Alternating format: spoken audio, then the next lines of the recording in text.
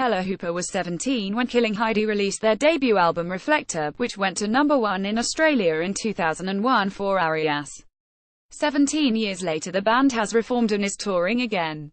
Now in her 30s, Hooper reflects on the demons SHES vanquished, her happy Middle-earth place and the lipstick she used to wear on her eyes in old press shots.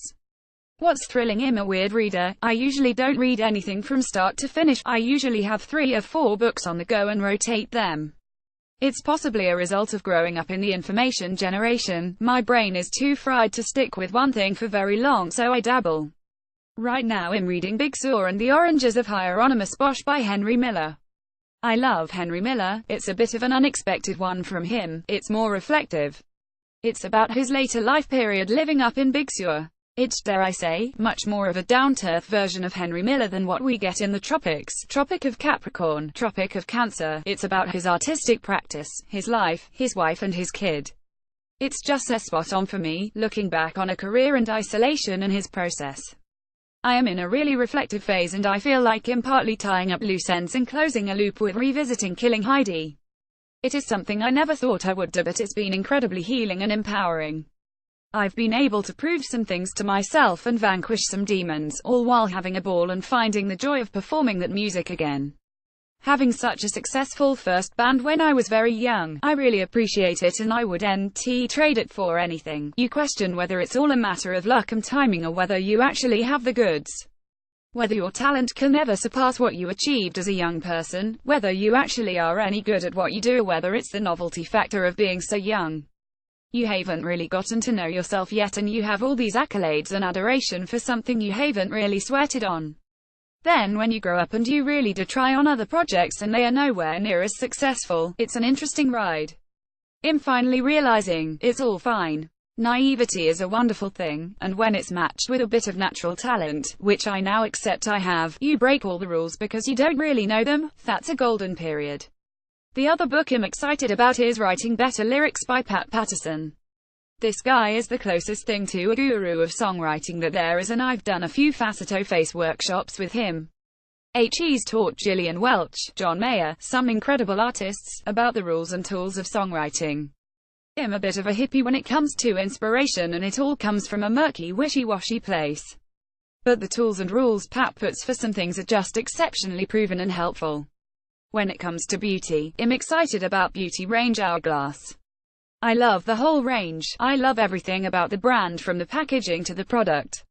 The palette I'm obsessed with is ambient light because who doesn't love a bit of ambient light? My job is to sing in smoky nightclubs and this palette reflects my life choices. It is 3 powders in a beautiful chocolate brown palette and they basically create a glow on the skin. You can use them as Alava powders, but they're actually quite pearlescent, so if they're not going to mattify you, they're going to bring out a glow. Going from a neutral to a highlighter to a bronzer. I have been a bit heavy-handed once or twice, but I'm going through it at a rate of knots. It's for daily use but also for on stage. What's nostalgia-inducing? I'm a bit sentimental about the way I used to do my makeup. When I started out in Killing Heidi, I was very much a makeup rebel. My go-to was putting red lipstick on my eyes, of all things. I used lipstick for everything because that's pretty much all I had. I never wore foundation, I never wore concealer.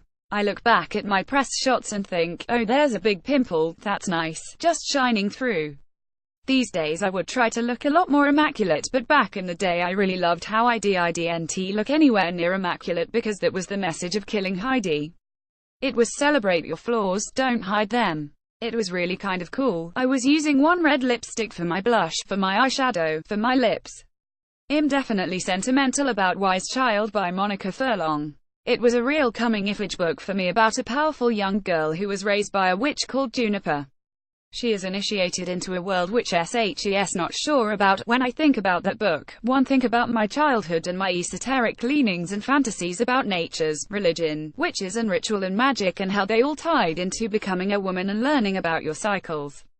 I probably read that book as I was getting my period, just as I was becoming a woman, in year 7, and I found it incredibly empowering. It's a great story, beautifully written, it's totally my cup of tea. What I keep going back to am a Maybelline Dream Liquid Mousse Girl. That's my foundation of choice, in nude beige. It's the easiest thing, it's not very fancy, but sometimes when you're on the road and all you've got access to is the chemist, you know you can get this staple. My other big thing is skincare. I'm an Aesop junkie. I have the beautiful Aesop moisturizer that goes on before anything. Perfect facial hydrating cream. It's got frankincense in it too, so people end up smelling your face and saying, "Why does your face smell so good?" Frankincense is also a little bit antibacterial, so it's good for blemishes. My brother and I grew up being fantasy heads, reading Lord of the Rings and The Hobbit. The world of Tolkien is definitely a happy place for me. Some people have Harry Potter, that's the next generation. I've always felt a little too old for that, so I'd say Tolkien is my Harry Potter happy place. When I want to escape into Middle-earth, I can.